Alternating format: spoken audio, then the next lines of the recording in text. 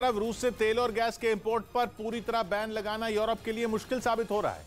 Hungary साफ मना कर चुका है कि वो यूरोपियन यूनियन के इस प्रस्ताव के साथ नहीं है। इसीलिए अब हंगरी को मनाने में यूरोप के कई बड़े देशों के अलावा यूरोपियन यूनियन के बड़े अधिकारी भी लग गए और यूरोपियन कमीशन के अध्यक्ष खुद हंगरी के प्रधानमंत्री से मिलने पहुंच गए। उनके दौरे का मकसद केवल हंगरी के प्रधानमंत्री को मनाना बताया गया। इसकी जड़ में रूस का वही तेल और गैस है जिस पर यूरोप दो धड़ों में बंट चुका है। यूरोप के कई देश ऐसे हैं जो पूरी तरह रूस के तेल और गैस पर निर्भर हैं। वो जंग के मसले पर यूक्रेन का साथ तो दे सकते हैं, लेकिन तेल और गैस का इंपोर्ट बंद नहीं कर सकते। हंगरी ऐसे ही मुल्कों में है जो यूरोपियन यूनियन के नए प्रस्ताव के विरोध में खड़ा हो गया। हंगरी ने साफ कहा कि पूरी तरह बैन लगाना अर्थव्यवस्था पर परमाणु हमला करने जैसा होगा। लेकिन हंगरी की ये साफ गोई यूरोपियन यूनियन की टेंशन बढ़ाने वाली है। खतरा इस बात का है कि अगर बाकी मुल्क भी हंगरी के रास्ते पर चल पड़े तो उसकी साख पर बट्टा लग जाएगा। इसीलिए हंगरी के विरोध वाले बयानों के फौरन बाद हंगरी को मनाने की कोशिश शुरू हो गई। दावा है कि हंगरी को रूस के गैस और तेल का विकल्प ढूंढने में मदद देने का भी भरोसा दिया गया, लेकिन किसी भी कोशिश का कोई फायदा नहीं हुआ।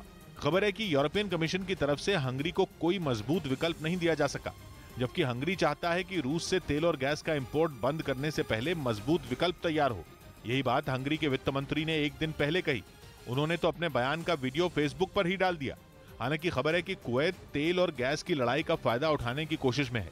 हंगरी को भी इस वक्त अपनी जरूरतों के लिए कुवैत जैसे ही किसी देश की सख्त जरूरत है। अब तक यूरोप के बाजार तक कुवैत की पहुंच नहीं है, लेकिन अगर हंगरी से कुवैत की डील हो गई तो दोनों के लिए फायदे का सौदा होगा। इस बीच खबर है कि श्रीलंका की तरह पाकिस्तान भी चीन के जाल में बुरी तरह फंस चुका है। बहुत जल्द पाकिस्तान की बिजली काटी जा सकती है, मतलब पाकिस्तान की बत्ती गुल हो सकती है। वहां के मंत्री एहसान इकबाल के साथ चीन की 30 से ज्यादा कंपनियों की एक अहम बैठक हुई, जिसमें उन कंपनियों से पाकिस्तान को बिजली काटने की चेतावनी दे दी गई। पाकिस्तान पर आरोप है कि उसने उन चीनी कंपनियों के 159 करोड़ डॉलर यानी भारतीय रुपयों में 12,000 करोड़ रुपए अब तक नहीं चुकाए हैं, जिससे परेशान होकर उन कंपनियों ने पाकिस्तान को अल्टीमेटम दे दिया। बताया जा रहा है कि बैठक में शामिल चीन की करीब 25 कंपनियों ने साफ कह दिया कि बकाया राशि अगर अगले कुछ ही दिनों में नहीं चुकाई गई तो पाकिस्तान पर बिजली संकट गहरा सकता है। मतलब ये कि जिन पावर प्लांट के जरिए पाकिस्तान को बिजली सप्लाई की जाती है उन्हें बंद कर दिया जाएगा, जिससे वहां के लोगों का अंधेरे में समय काटना मजबूरी हो जाएगा। बताया गया कि बैठक में ये बात उठी तो पाकिस्तान के योजना और विकास मंत्री एहसान इकबाल ने चीन की उन कंपनियों को भरोसा दिया कि जल्द ही वो बकाया राशि चुका देंगे। और रूस के रक्षा मंत्रालय ने जंगलों में पेड़ों के बीच छिपाकर रखे गए मिसाइल लॉन्चर से मिसाइल दागने के विजुअल्स जारी किए हैं।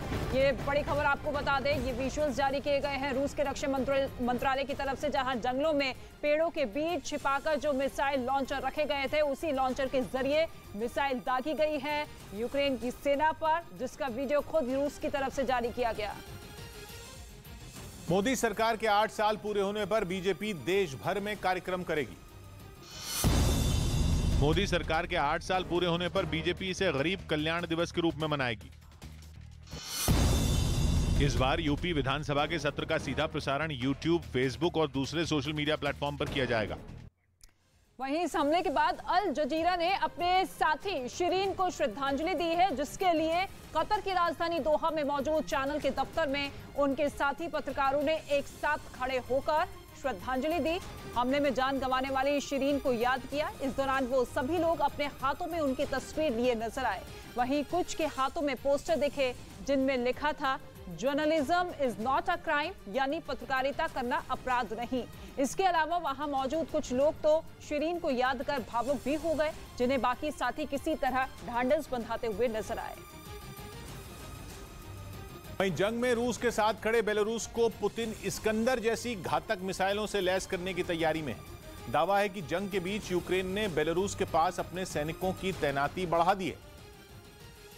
यही नहीं, यूक्रेन का साथ दे रहे कई यूरोपीय देशों के सैनिकों की तादाद भी बेलारूस की सीमा पर बढ़ी है। खबर यह भी है कि यूक्रेन के करीब 20,000 सैनिक बेलारूस की सीमा पर भेजे गए हैं। इन हालात में बेलारूस के राष्ट्रपति अलेक्जेंडर लुकाशेंको ने रूस से मदद की गुहार लगाई और दावा है कि इस खतरे से निपटने के लिए पुतिन ने उन्हें पूरी मदद का भरोसा दिया, जिसके तहत रूस न केवल हथियार बल्कि घातक इस्कंदर मिसाइल भी बेलारूस को देगा, जिसकी खासियत यह है कि ये परमाणु और गैर परमाणु हथियारों दोनों को ले जाने में सक्षम है।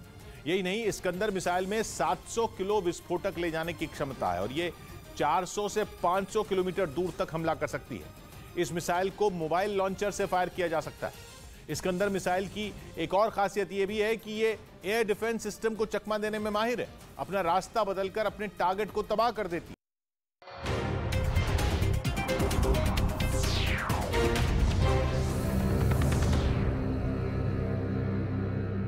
और जिस जगह पर मिसाइल गिरी वहां से धुएं और धूल का एक बवंडर आसमान की तरफ उठता दिखाई दिया। बताया गया है कि रूस के इस हमलों की वजह से स्टील प्लांट के कई वर्कशॉप पूरी तरह से धराशायी हो गए। जबकि रूसी सेना के एक और हमले में स्टील प्लांट की एक इमारत में भीषण आग लग गई। यूक्रेन की तरफ से जारी किए गए वीडियो में इमारत आग की लपटों में घिरी दिखाई दी। यूक्रेन का एक सैनिक वहां लगी आग का वीडियो बनाता नजर आया कि तभी एक तेज धमाका हुआ। बताया गया कि एक के बाद एक दागे गए कई गोलों की वजह से स्टील प्लांट की उस इमारत की पहली और दूसरी मंजिल आग की भेंट चढ़ गई, जबकि वहां कई और इमारतों को भी भारी नुकसान पहुंचा। लेकिन यूक्रेन के सैनिकों और अज़ोवस्ताल स्टील प्लांट में बच गए मारियोपोल के नागरिकों के लिए रूसी सेना की बमबारी ही अकेली मुसीबत नहीं है, बल्कि रूस की सेना के साथ मिलकर लड़ रहे यूक्रेन के विद्रोहियों ने ऐसी जगहों पर कब्जा जमा लिया जो यूक्रेन के सैनिकों और उसके नागरिकों के लिए बड़ी मुश्किल साबित हो सकता है। अज़ोवस्ताल की ड्रोन से ली गई एक तस्वीर में यूक्रेन के विद्रोही एक पुल पर कब्जा करते दिखाई दिए। बताया गया कि सीज फायर होने पर स्टील प्लांट से लोगों को निकालकर इसी पुल से सुरक्षित जगहों पर पहुंचाया जाता था, लेकिन अब यूक्रेन के विद्रोहियों ने इसे ज़ेलेंस्की की सेना से छीन लिया। वहीं इस जंग के बीच मारियोपोल के मेयर ने प्लांट में फंसे नागरिकों को निकालने के लिए तुरंत सीज फायर की अपील की। Це питання. Є цивільні або їх нема.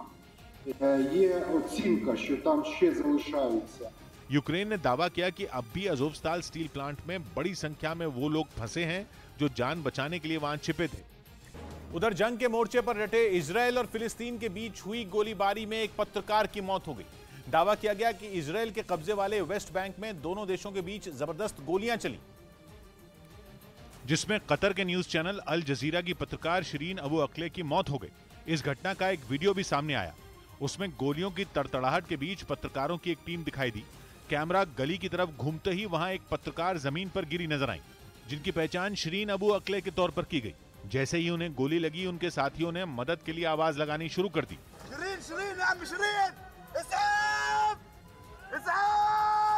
ये सब देखकर उनके ठीक बगल में मौजूद एक महिला पत्रकार घबरा गईं और डर के मारे हिल तक नहीं पाईं, जिसके बाद उनकी मदद के लिए कुछ लोग आगे आए, जिन्होंने शिरीन को अस्पताल पहुंचाया। हालांकि वहां पहुंचते ही डॉक्टरों ने उनकी मौत की पुष्टि कर दी, जिसे सुनते ही उनके साथियों के पैरों तले जमीन खिसक गई।